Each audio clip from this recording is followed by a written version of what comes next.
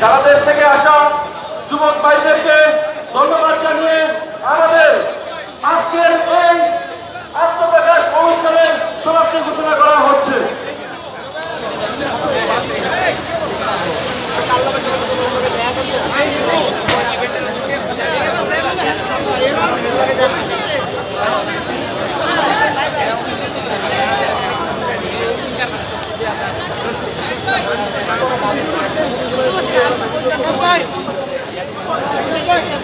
আমার হোয়াটসঅ্যাপ নম্বরে ভিডিওটা দিয়ে তাহলে আমাদের নাম্বারটা দেন।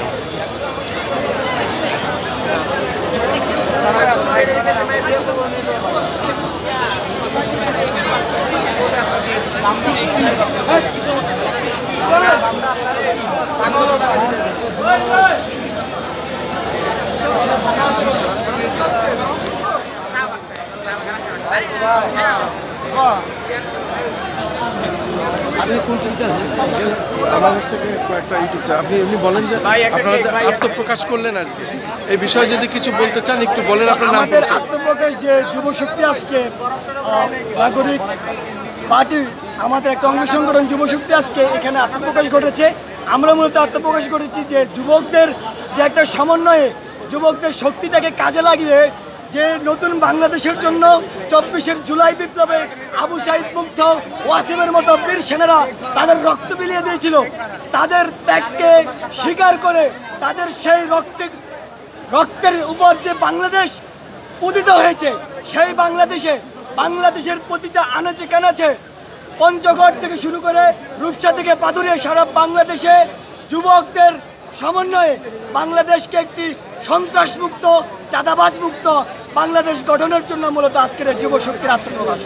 আমরা এই যুবশক্তির মাধ্যমে সারা বাংলাদেশের সমস্ত যুবশক্তিকে জানাতে চাই, আপনারা যে একটি নতুন বাংলাদেশের স্বপ্ন দেখেছিলেন, সেই নতুন বাংলাদেশের স্বপ্নকে যদি লালন করতে হয় আবু সাইদ মুগ্ধর দেখানো পথে তাদের সেই রক্তের স্পিডটাকে কাজে লাগিয়ে আসুন যুবশক্তিতে চোখ দিয়ে বাংলাদেশকে একটি দুর্নীতিমুক্ত অন্যায়মুক্ত একটি উন্নয়নশীল রাষ্ট্র হিসেবে গড়ে তুলতে আমরা সকলে ঐক্যবদ্ধ হয়ে কাজ করি।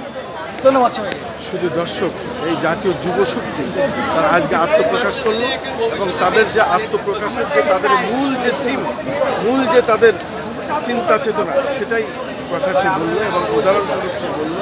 আমরা দেখতে পাচ্ছি আজকে এই গুলিস্তানের আশপাশ দিয়ে প্রায় লক্ষ লক্ষ লোক চারিপাশে ছিটিয়ে ছিটিয়ে আছে এবং সেটাই আমরা আজকে দেখলাম এবং তার কিছু ধারা বর্ণনা আমরা তার কাছ থেকে শুনলাম।